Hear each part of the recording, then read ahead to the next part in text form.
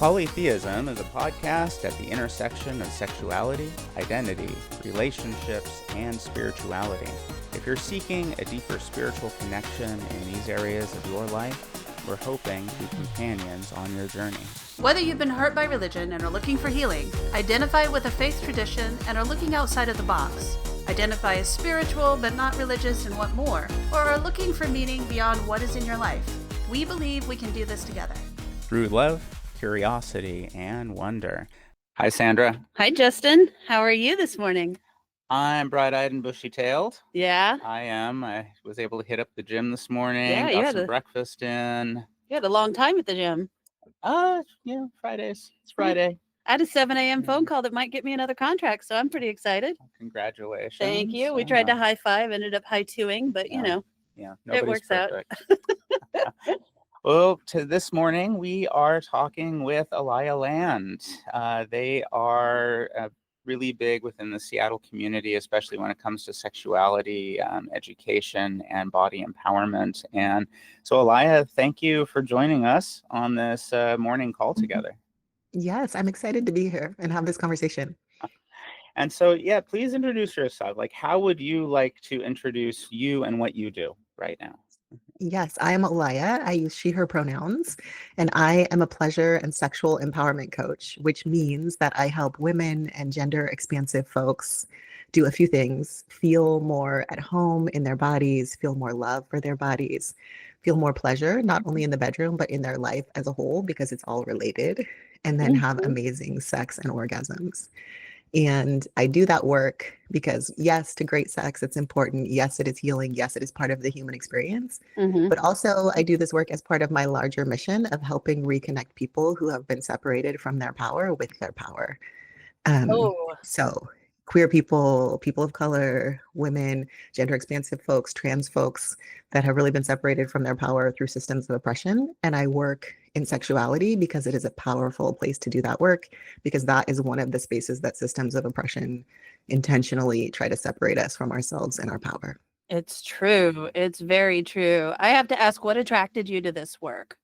It's a very personal story. So I had a lot of shitty sex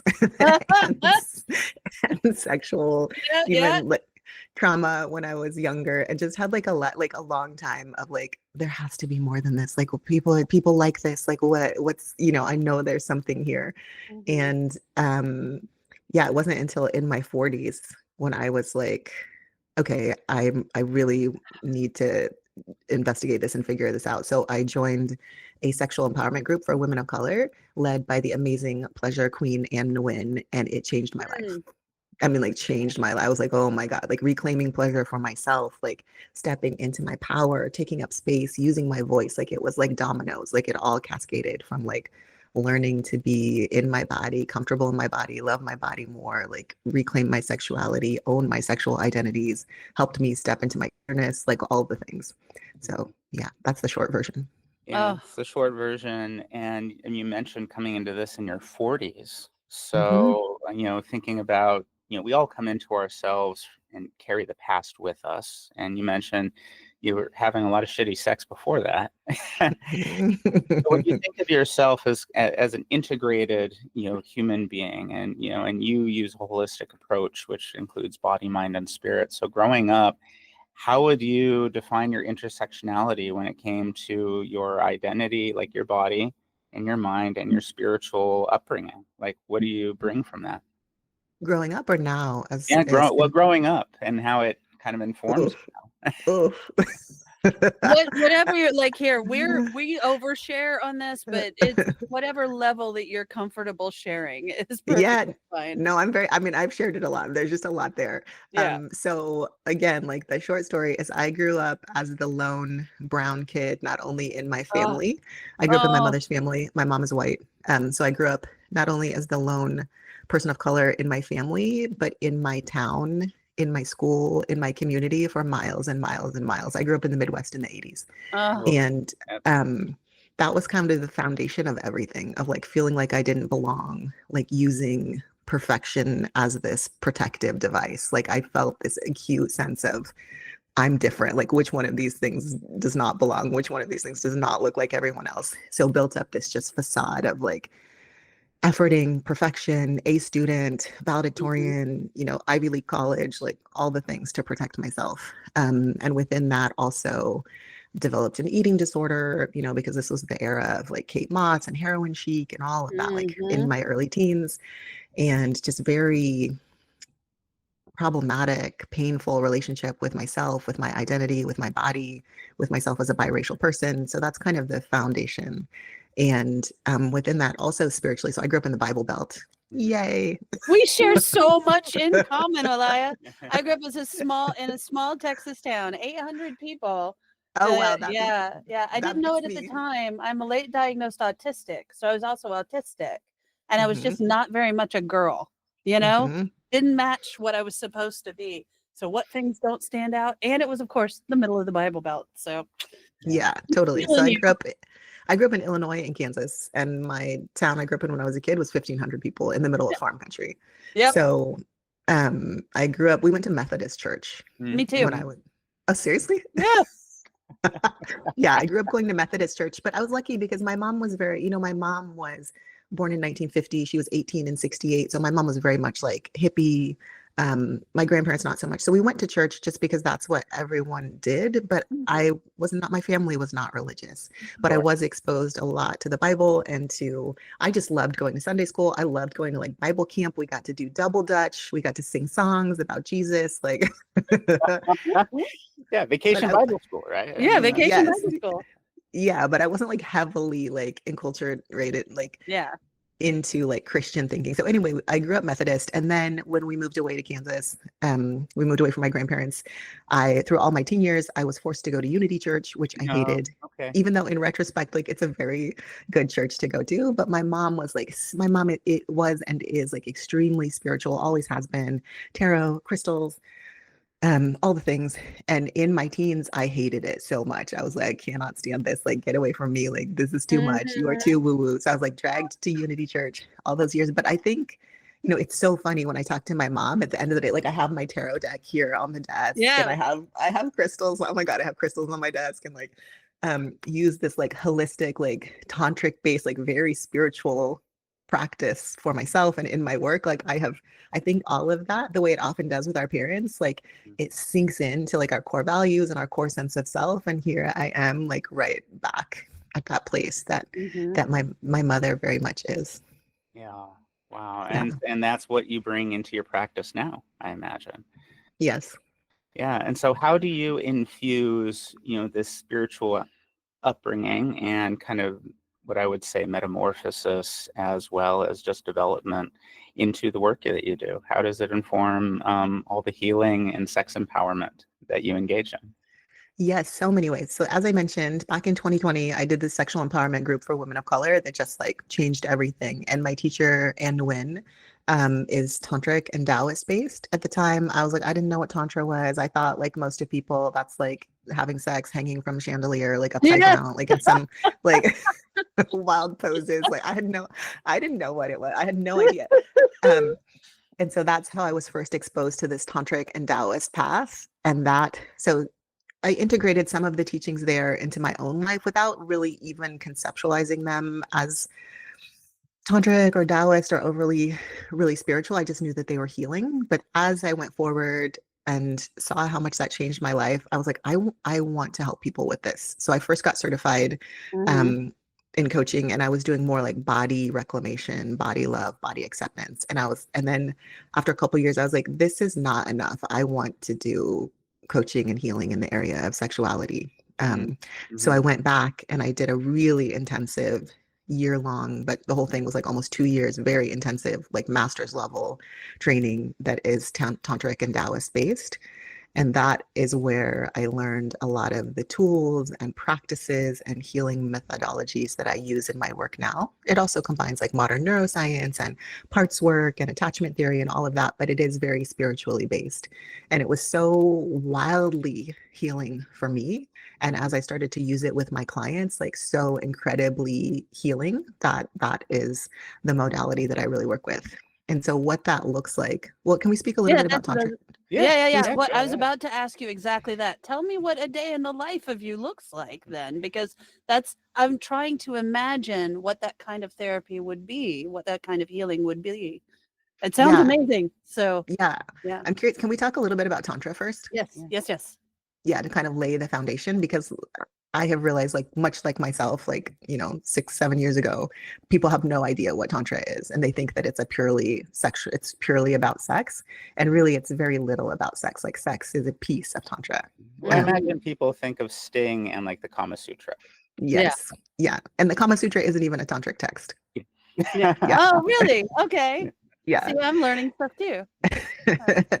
Yeah. So some of the core tenets of Tantra and what makes it so appealing to me is that one of the foundational beliefs is that you can have a direct connection to the divine. There's no need for intermediary forces, no priests, no rabbis, that you can use the body and your senses as a path to enlightenment, and that is a very effective path to an enlightenment. And enlightenment is kind of a vague word, but like in the understanding of the interconnectedness of all beings. And that resonated with me so deeply, just intuitively. And also, Tantra believes in the divinity of all things, that we're all pieces of divine consciousness. And that one really resonated with me, because even as a kid, like being in nature, even though I wasn't religious and I was kind of rejecting my mom's spirituality, I always felt inherently when I was out in nature, like I could feel like the divinity there. I could just feel it in my body. Like I knew it. There was divinity, there was perfection in nature. And so this really resonated with me, the interconnectedness and the divinity of all things. And another thing that I really love.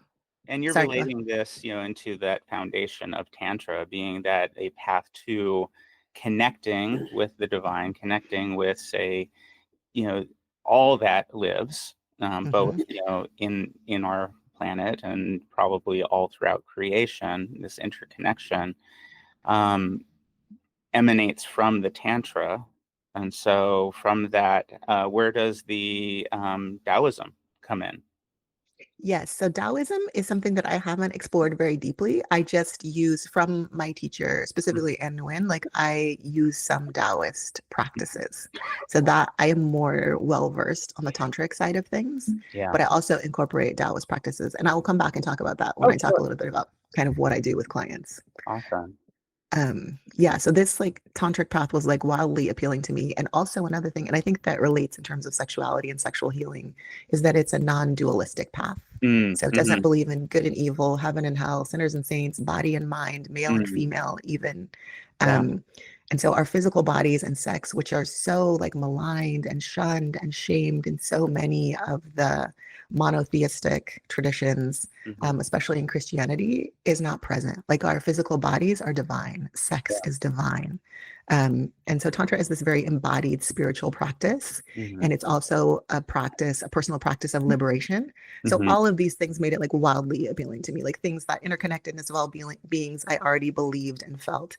And I also inherently felt that like our bodies like are not sinful, our bodies are not dirty, like there's so much beauty here, like our bodies are miracle. Like if you look at all the things our body can do, like that felt just inherently true to me. And that does challenge that overall narrative that probably many of us got, especially through purity culture and just in enculturation in general, is what I'm hearing is a complete rejection of even kind of that system, that black and white system of like right and wrong, good and bad, right? Would it be truthful to say that instead of saying like the body is good, the body is bad, or sex is good and sex is bad, it's more of what brings alignment and joy, connection and pleasure versus what separates us from those things?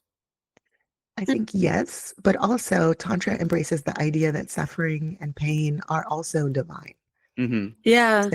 So it's this viewpoint that, like, of course, as humans, like we lean towards the sunlight, we lean towards the warmth, we lean towards the joy and the pleasure, and all of those are important. And I like that in this belief system, those are not seen as something to be avoided, which they are in many Christian faith.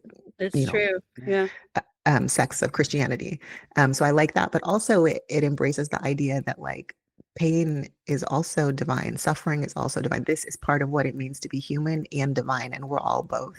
And so it's this kind of way of like conceptualizing the world um, that, I don't know, to me, it just brings me a lot of peace to feel Mhm. that I don't have to constantly be fleeing pain, and that I can allow everything that's here and accept my full human experience and my humanity, my body, my sexuality, all of it is divine.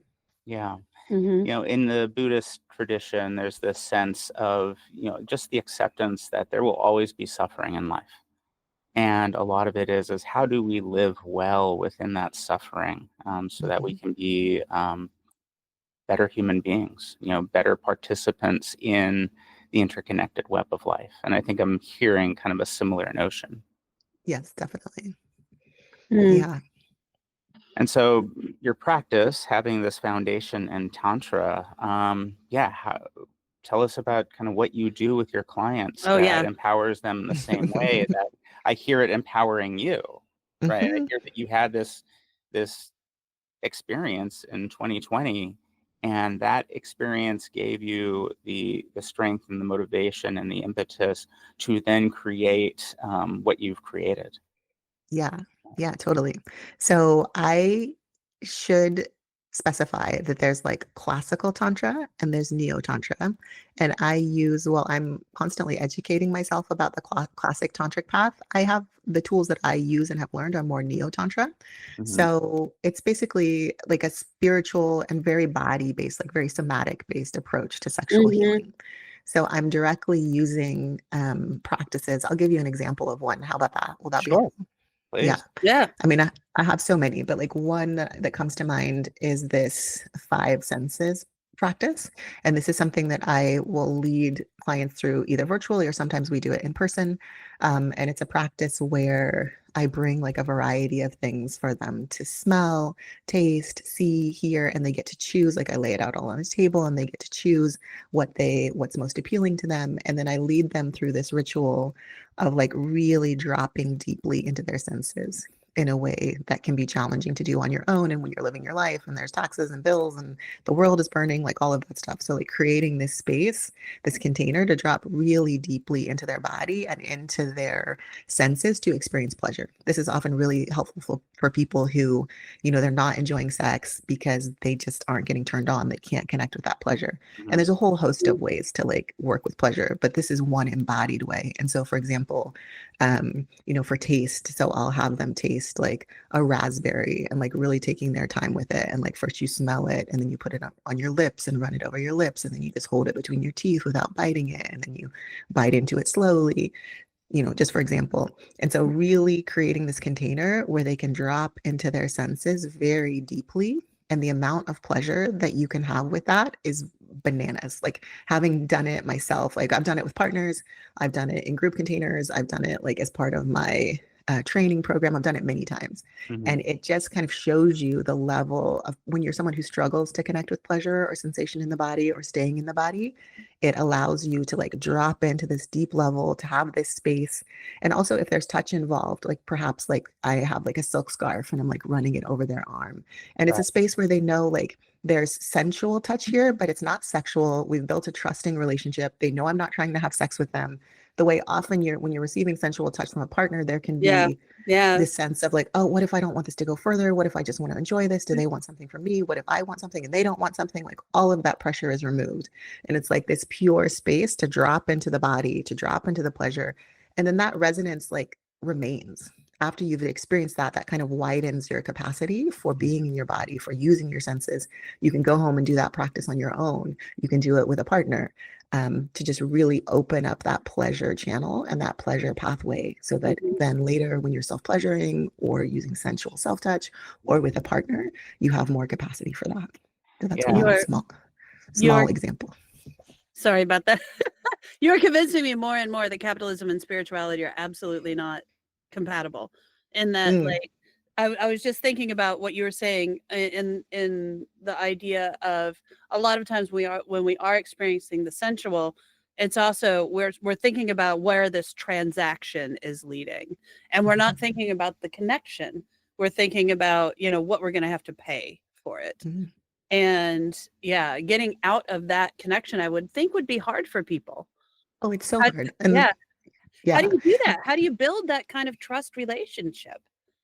well, it takes time, it takes intentionality, it takes practice. But Mhm. I think what you said about like capitalism, like I really think that systems of oppression totally just fuck our sexual, like just like Yes, No, yes, yes, it yes. is. I Yeah. they agree. have they have us like so fucked up. And like it's true, there's like the transactional element, there's the element of so many people feel that their value is rooted in what they achieve, what they earn. Mhm. There's the element of like, especially in America, like always be doing. Oh, you always got to be fucking doing, like Even never sit doing. down. Like if you're even on the toilet, like you're on your phone, like constant productivity, constant busyness. And our society, like this capitalist society, capitalist patriarchal white supremacist society, like Yes. all these forces bring us up into our head. Like this is a patriarchal way of working. It's like everything is thinking, everything is logicking. We're all doing thinking work. Like care work isn't valid. Very few of us do like physical embodied work. Like there's almost no cobblers or dancers anymore, right? We're all sitting in front Mhm. of our computer screens, or, you know, typing reports or researching or whatever.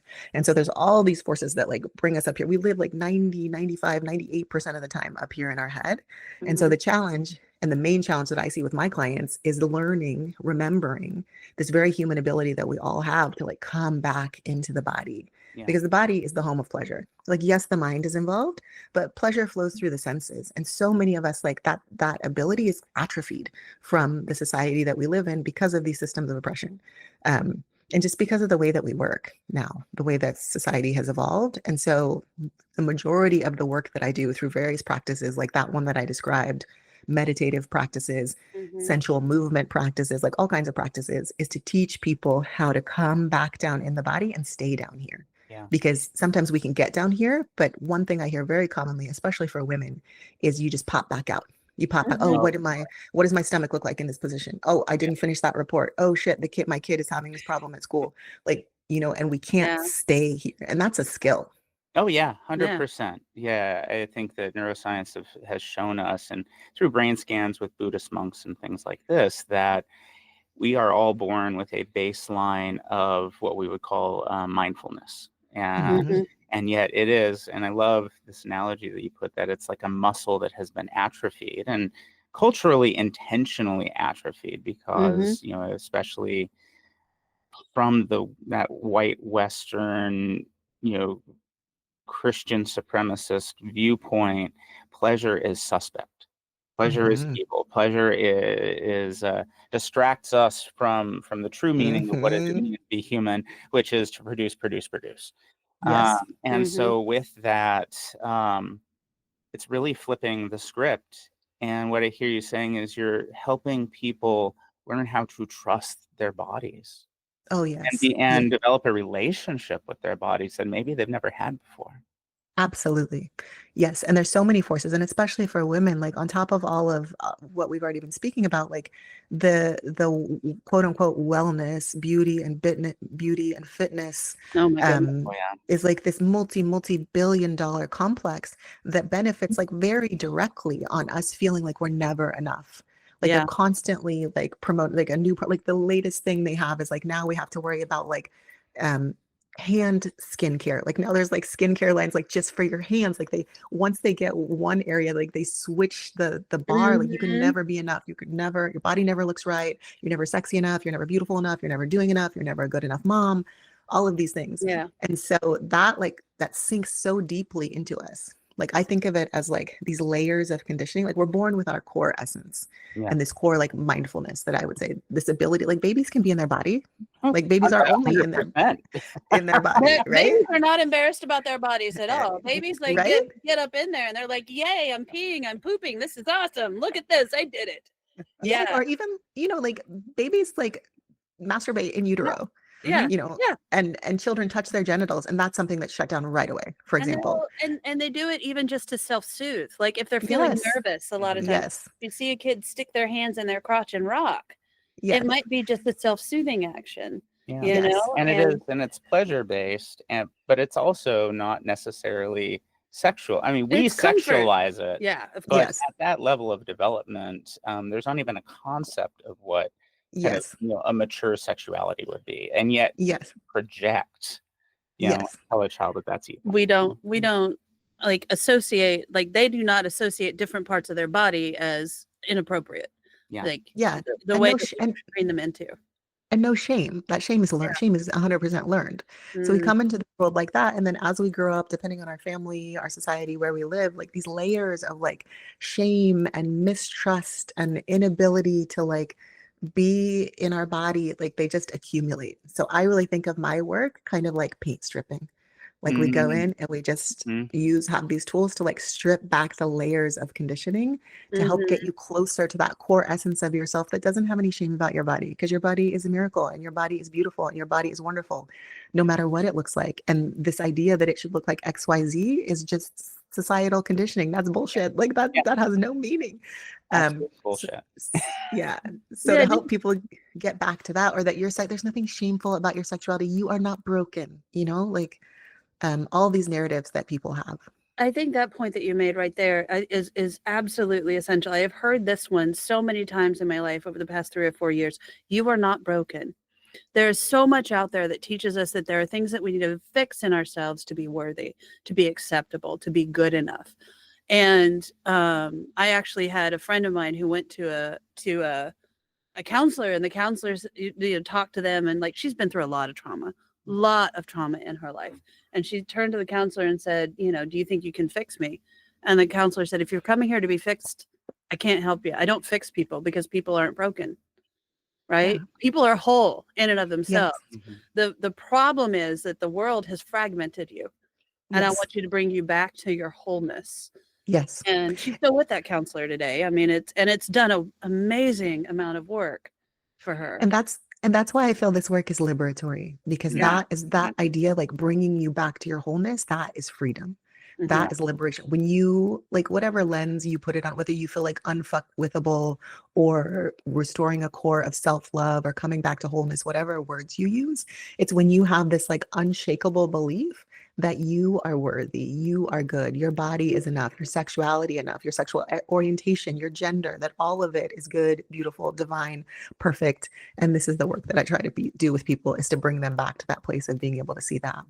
Yeah, and I think it would be very easy for people to hear that and really run with this hyper individualized view that Mm, they're like, my pleasure is what's worth it. It's about me, me, me, me, me.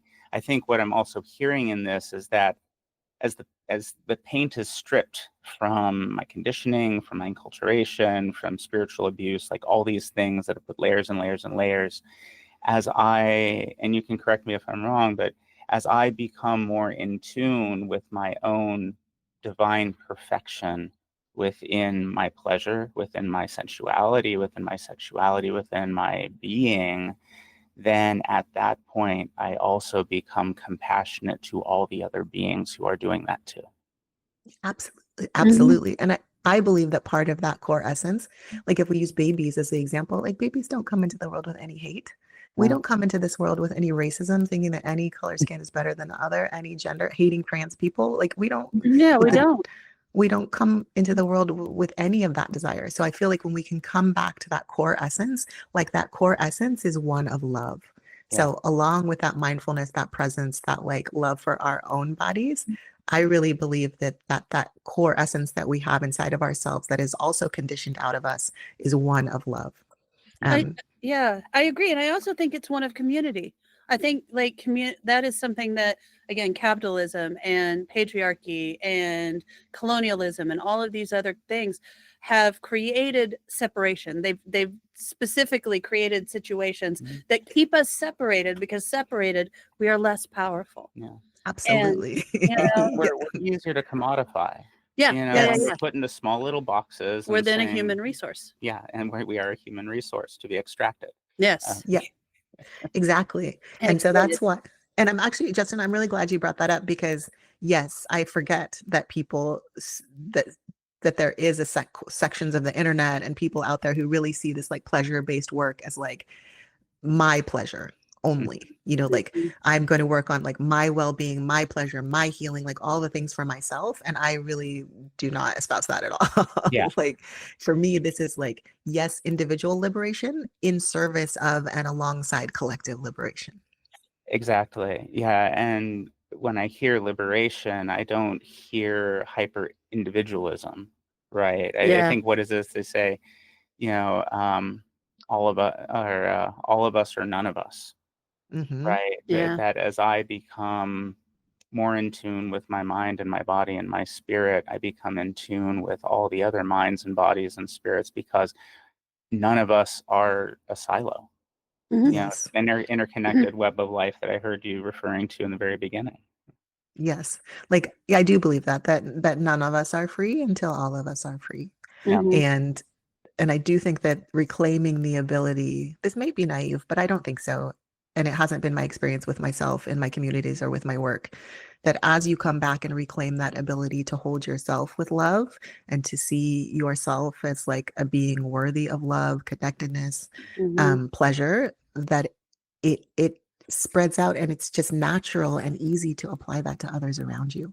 Like, Yeah. why would that apply only to you? Like Yeah. Right. when you Exactly. when you're able to come back to that, I think it helps people just have more space, more compassion, more love, like that what they have for themselves, that it naturally tends to radiate out into Yeah. their communities, into their families, into the world. I Yeah. agree. Self-compassion develops compassion for others. I agree. I mean, I think a perfect example of this, and I bring this up almost at every single one of these, is I'm in a 12-step program. And I think the thing that works most for 12-step programs is simply that the people in the program know where you've been, know what you've been through, and have compassion for it. So they can love you while you hate yourself until you can Yes. find ways to love yourself. And when you find ways to love yourself, you love everybody else too. It's Yeah. pretty natural. It's really hard to not find compassion for people at that point. Yeah. I think you named it. Like what's coming up for me as you're speaking is like compassion is contagious. Yeah. Yeah. Ooh, I like that. Compassion is We contagious. should like pass that around. Yeah. Yeah. Well, and it can be. I have seen this during the pandemic when everything was shut down, and I was over at Harborview Medical Center. We would bring in people from the outside, and we would gather outside also, all of us in mass, all of us like 5 feet from each other, and they would bring in practitioners to help with our embodiment because our bodies were absolutely exhausted at that point. And one of them was a laughter yoga instructor, right? Mhm. And and the laughter, the sheer idea, and it was, I mean, at the beginning, it was forced laughter. And, the instructor was just like, nope, just follow me with the laughter. It's going to feel really weird. It's going to feel really uncomfortable. You're going to want to run away or hide your Mhm. face. And yet just go with it. And yet it didn't take long. Mhm. Once the laughter took hold, it became contagious, Mhm. Mhm. just like with joy, right? Just like with compassion. Mhm. Yeah, and I think like even from like a neuroscientific, like a neurological perspective, like that's like limbic resonance Yeah. and motor Mhm. neurons. And like, I don't really care what lens people approach it from, truly. Yeah. Like, I have people who work with me who are very spiritual. I have people who are like, I don't want to hear any of that woo woo bullshit. Like, Yeah. Yeah. Yeah. Yeah. doesn't matter to me because I think when you zoom out, and one thing that I've seen in my own research and readings is that we're all talking about the same thing.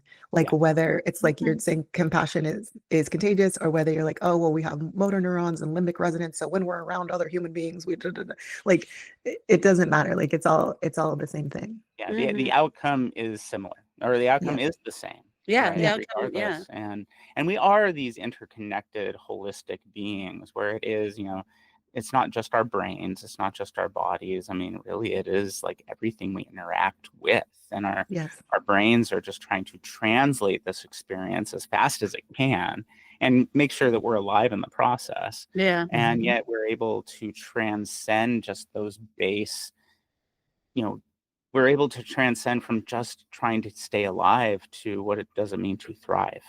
Mhm. Yeah. I mean, we are designed literally, no matter whether you think it is a divine creator that designed us or whether you think it's evolution or anything else, we are designed as communal connected beings. Our Mhm. brains are as big as they are quite specifically so we can create complex connections. Yeah. Yeah, and those complex connections can be manipulated by systems that know how to do that. Yeah. And yeah, this is what I really love about your work, is that it like goes away from the brain entirely and says, yeah, your brain can think your way through this, but it's never going to get you where you want to go. Get back into your body, get back into the things that bring you pleasure and life and joy and connection. And Yeah, you're going to find yourself in the process. yeah, and finding more balance between that body and mind. Like body and Yeah. mind balance has like been overused to the point where it doesn't really mean anything. But truly, Mhm. like trying, because like right now we're mind, thinking, logicking, like, and so how can we restore balance? Like mind is important. Like we think for a Yeah. reason. Like thoughts are important, but just how can we restore balance between body and mind, which I feel has been largely lost. Yeah. Mhm. So one thing that has been part of your practice is this idea that great sex is more than just pleasure, right? It's this idea of transformation, right? Can you speak to more like, yeah, how would you define transformation? Yeah, how would you define like Mm. when your clients come in, they are looking for transformation. Mhm. Now, what does that look like in the process? Yeah, people are looking for different things, but one of the most common desires that people come to me with is the desire to feel more pleasure. And that can look like I can come on my own, but I can't come with a partner, Yeah. or I can't have an orgasm, or I can only have an orgasm this way, or I am very bored in my sex life, or I just feel the biggest thing that I hear is like this sense of like I want something more. Yeah. Like, I know there's more here, and that resonates very deeply with me, of course, because that's what I felt. And largely what I think they're describing in whatever terms they're using is these layers of conditioning keeping them from being able to feel whole in their body, Mhm. because that's core for being in the body. Like you can't be in your body if you think your body's shitty. Like Yeah. if you don't like your body, if there's fear of the body or resentment of the body. So it's like opening up the pathway, like how can you like first of all get some wholeness with your body and work on self-love and self-reclamation, and then how can you be in your body? Like I think they're all using different words to describe like I don't know how to be in my body and feel pleasure, and they Mhm. don't know that's what they're describing. Like they're just like I don't like sex with my partner, or I can't have an orgasm, I've never had an orgasm, or whatever it is. But what they're all essentially describing is I don't know how to be in my body and experience deep pleasure. Yeah. And so as for transformation, I'm kind of a backdoor practitioner in that like I come in like like yes, better sex, because everybody wants better sex, right? And Yeah. what they don't know is that they're going to get a dose of like self-love and like returning to your core essence and compassion and mindfulness. And I mean they do, but Yeah. what they're really coming for is like I want better sex. Yeah. I want to feel more sexually alive. I want to feel more sexually free. And what that in our work together, and the thing that people are often surprised by, people often think that's technique, and technique is like the icing on the cake. Like yes, technique is like the very last thing. The core of great sex is how you relate to yourself. So people think technique, people think partner. Oh, I need to talk to my partner, I need my partner to do different things, or I need to communicate differently. And yes, maybe, but where everyone needs to start in my experience is with themselves. And that's where, so when we talk about transformation, it's transforming your relationship to yourself, your perception of yourself, your ability to be with yourself and in your body. Yeah. And that, because that shifts everything. Yeah, and in your description on your website, it says it's about reclaiming the full, unapologetic joy of being alive. Yes. Yeah. And that's because it's like whether it's sex or having a picnic with your friends at sunset on the beach, or like, holding a puppy or a kitten or a newborn baby, like on some level, those experiences are all the same. Like it's our ability to be, they require presence, something Yeah. that we're all losing. They require like an ability to like feel joy, to feel pleasure. So it's about restoring those abilities, and then that translates to amazing sex. I want to also go back to something that you said at the very beginning, which was reclaiming power. I'd really like for you to expand on that. I think a lot of people don't think of this work, like finding better sex and all of this, about your own power and your place in the world. So can you just expand a little bit on that concept? Oh yes, I could talk about this for Yes, a long please, time. please. Yes, power is really central to my work. And it's a word that I don't use a lot in my marketing materials or online because I find that women, especially, can kind of have feelings about the word power. It's like Yeah. coded as masculine, as violence, as, aggression. But Yeah. for me, power is such a core part of this work because power is like what we described a moment ago. It's this idea of not feeling like these systems are like have imprinted all these beliefs about yourself so that you can't take up space, so that you have to be Mhm. constantly chasing after XYZ body or XYZ amount of money or whatever. So it's like power is coming back to yourself and having this core of like self-holding, like you have yourself. Yeah. Like I don't need external validation because like I know that I am good. I know that I am worthy. Like I have this core of love. This is the kind of Yeah. power. This is the power that I'm talking about. And when you have that, then you can use your voice. You can you can identify and ask for what you need, which is something that many people struggle with, especially people Mhm. socialized as women. You can take up space in the world, which is something that people socialized as women struggle with. You can feel Mhm. worthy. You can feel empowered to like make your dreams a reality. You can feel empowered in your body, like to especially in sex. Like there's for people socialized as women, there's so much like prioritizing your partner's pleasure, always having to look sexy like a certain way, like so many things that are antithetical. It's like when you're in your power, like you don't care what kind of faces you're making or noises you're making because you're in the moment and you're following your pleasure and you're co-creating this like Mhm. magical, amazing experience with your partner or partners. And like that is the kind of power that I'm talking about. And then that translates out into the world. So when you have that, then you can, you're not just like lying down and taking the bullshit that these systems of oppression are putting Yeah. upon you. You're like Yeah. fighting back, you're speaking up, you're taking up space. You're knowing, that you have the right and the power to do that in Yeah. Yeah. your interpersonal relationships, in your sexual relationships, in your community, in your family, in your marriage, in the world. Yeah. Yes. It's a redefinition of what power is, Yeah. right? That's a really good. Yeah. Because in our culture, it's power over. What I'm Mm-hmm. hearing with you, it's power within, and Mhm. then power um, with, just in general, right? Whether Absolutely. it's with myself, with my partner, with whoever I'm, My with my community. community or whatever. It's this idea that my power begins in this part of me that nothing can touch but me, and then Yes. emanates out of there. Yes. Mhm. Yes, yes, yes, absolutely. And that, yeah, it's that core knowing of your Mhm. worthiness, Yeah. your deservingness, your strength, your ability to advocate for Mhm. yourself. Yeah. Yeah. And I would like you to address one more thing because I think this is really important no matter what kind of work people are doing on themselves. A lot of times people are thinking about, I'm going to get there Mm. and then I'll be happy, right? And then Right, everything right. will be done and I won't have to do this work anymore. Yeah. Can Patience, you patience. How long does that Yeah, take? yeah, yeah, exactly. If you can talk about how you deal with the fact that all of this remains a journey, and sometimes no matter what we do, we're still gonna think, "Oh my god, I don't look good in this," or whatever. Yes. Oh, absolutely. I'm glad you brought that up. So the first thought that I'm having is I have so much compassion for people who feel that way because I felt Mhm, that way for so much of my life. mhm, I'm a recovering perfectionist type A, like do mhm, all the things, set the goals, have the yearly plans, like all of that. So I have so much compassion for that perspective. And also now I'm 50. Um, Mhm. so I have come to like very deeply understand that that is not how life works. yeah, Like like that is not, it's just not how life works.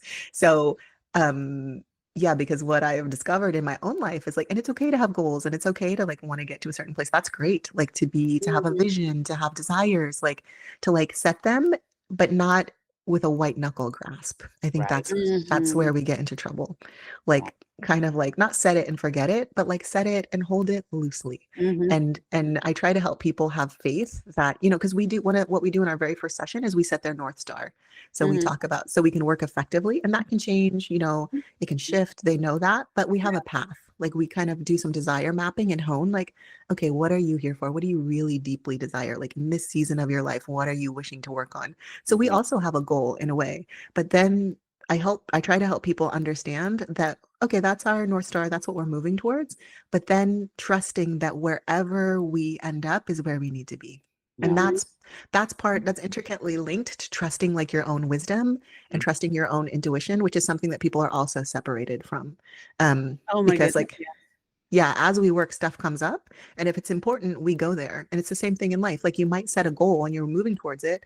And then like some other magical, amazing thing happens and it takes you in a different direction and you never get to that goal. I've had that happen like so many times in my own life. Like shit that I thought was horrible, like a disaster. Like I had my old business. I used to be a co-owner of a cooking school in Ballard, and that didn't work out. I sold half my half of the business back to my partner. And at the time, I thought my life was fucking falling apart and over. I had been working in the food space for many years. I'd been growing. I was like, this was like the culmination of it all. It was like the thing. We were getting all this press. And I was like, oh my God, like this is horrible. This is the worst thing. No, that shit was the best thing that could have ever happened to me. Like it's so good that I'm not working in food anymore, like grinding my body to dust. That opened the path to my next business, which was leading retreats, culinary and photography retreats in Paris and Portugal, which Oh was my like goodness. an amazing job. And then that got shut down by the pandemic. And Oh, yeah. again, I was like, oh fuck, like my business is just reaching like this amazing stage. Like this is horrible. No, it was the best thing that could have happened because now Mhm. I'm doing this work, which is the most aligned, most powerful work, most joyful work that I've ever done in my life. And I would have never gotten here if I had just like followed all of my goals and desires had worked out perfectly. So I Yeah. try to help people see that, understand that, be open to that. That's the difference between white knuckling your way through and moving with life. Yeah. Yeah. Yeah. Yeah. And that's Yeah. work. You know, I mean, Yeah. one of the reasons that these things are the best things that have ever happened to you is because you did that work, you know, Yes. and you allowed that possibility. I mean, at the time, I was not allowing the possibility. Yeah, But At you the got time, there. at But the you time, got it was there. fucking painful Yeah. It was so and I painful. imagine even terrifying. Yes. Right. Yes. In Yeah. your practice, of transformation, of liberation, for every person who comes to you seeking something better, right? Knowing that there is something better and deeper and beyond what their current experience is. I also would love to hear about the grief process associated with Yeah. the paint stripping. I was about Mm, to ask about how you teach people that suffering is divine. Yeah. mm. That's a great question. And it's funny because it's like really playing out in my own life in a big way right now. Oh. Yeah. One of the things that I have learned in the past 5 years that I didn't know before when I was younger is that grief and love and grief and joy are different sides of the same coin. Yeah. And that Mhm. you absolutely can't have one without the other. And not in some abstract way, but in the sense that we only grieve things that are beautiful and that we love. Yeah. And so like helping people to understand that, to see that, to work with that, to create space with that. And in fact, some of the practices that we do, some of the tantric based practices are around expanding kind of your emotional capacity and your emotional elasticity, and even working with having a grief gasm or a sadness gasm or a Oh, rage gasm or a laughter gasm, just like emotional plasticity, but also understanding that you can have pleasure and grief in the same moment. You Mhm. can widen your capacity to be able to not only hold both in your life, but to be able to hold both in the moment and to be able to hold both in an ecstatic, orgasmic way. Oh my Oh, gosh. 100%. I mean, we contain multitudes. There have been times with different partners that the sexual experience and the orgasmic experience has led to weeping, Mhm. Yes. right? Yeah. And remember when that happened for the very first time with me and a partner, I freaked out. I thought that I had hurt them. I thought that Mhm. something was wrong. I mean, I immediately went into this like crying is Bad. bad, Mhm. right? Mhm. And a lot of it is because it's now I go into my self-doubts and I'd Mhm. make it about me rather than of Mhm. course what's going on with them. And Mhm. so, yeah, I mean, I would love to hear more about this integration that there, just like there's so many different kinds of pleasure, there's so many different kinds of tears. Yeah, So thank it's I'm sitting here thinking like the universe is like, "Oh, you're not done working on your shit yet. It's coming up in this podcast." Because Thanks, I universe. I have a partner right now that he and his wife are having their first child. And so it's a very like beautiful moment for them. And like I am friends with and love his wife and love him. And also, so for me, it's this moment of it's such a complex moment for me because we're transitioning out of like lovership into friendship for the foreseeable future. Yeah. And so for me, there's a lot of like excitement for them and excitement to meet this baby and like love for them and wanting, being part of their, getting to be part of their community and getting to be part of the community of people who's going to get to love up on this baby, like all of those feelings and like gratitude for this relationship I've had with him, which has been so wildly healing emotionally, sexually, in so many ways. And also there's so much grief here because it's been such a powerful relationship for me. And so we went camping over the weekend, just last weekend, and this was kind of like our last weekend as lovers.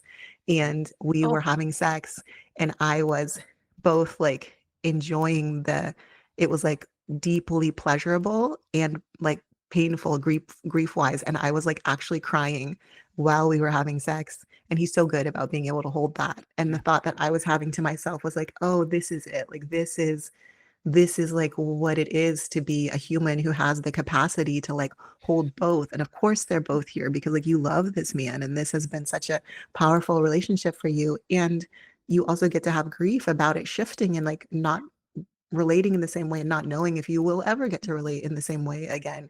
And just I was so proud of myself, but also grateful that in that moment I could literally feel like my ability to hold both and also for his ability to be present with both. Yeah. Yeah.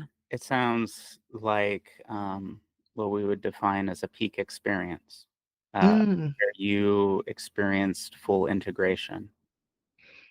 I hadn't been conceptualizing it like that, but yes, I think like um to me, yes. And like from a tantric perspective, it's that I had very much this feeling of like I didn't need to shun the grief or try to put it away or put the tears away. Like Yeah. all of this is holy, all of this is divine, like all of this is part of me, like all of this is supposed to be here.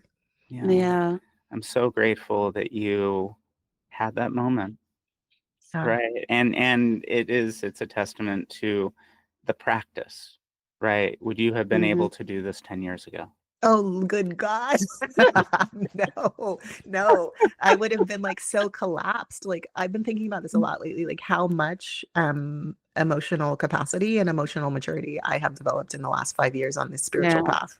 Like I would have in our relationship, I would have either preemptively shut it down because I couldn't handle the pain. I would have like broken up with him or picked a fight or done some other stupid shit.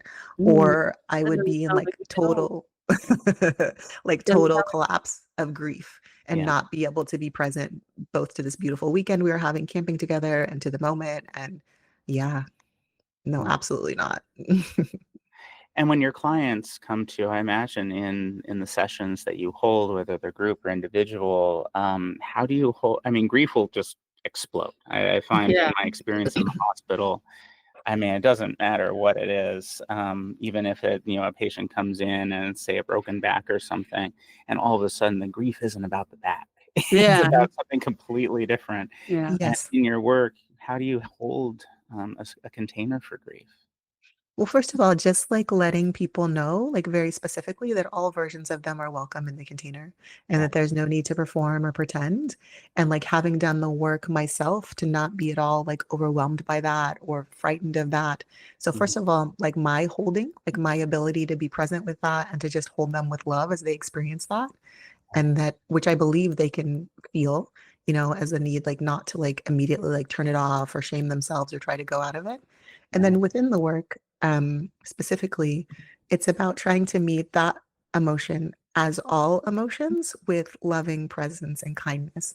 Yeah. Like we're taught that some emotions are bad, anger, rage, grief, perhaps sadness. In some families, even joy is not, life is suffering and, you shouldn't feel too much joy, too much happiness. That's Yeah. real. Yeah. So like No, we all 100%. have some emotions that we learn are bad. And so part of the work with clients is helping them by talk directly about how there are no bad emotions.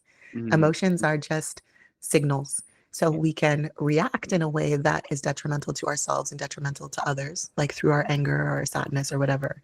But the emotion itself is never wrong or never bad.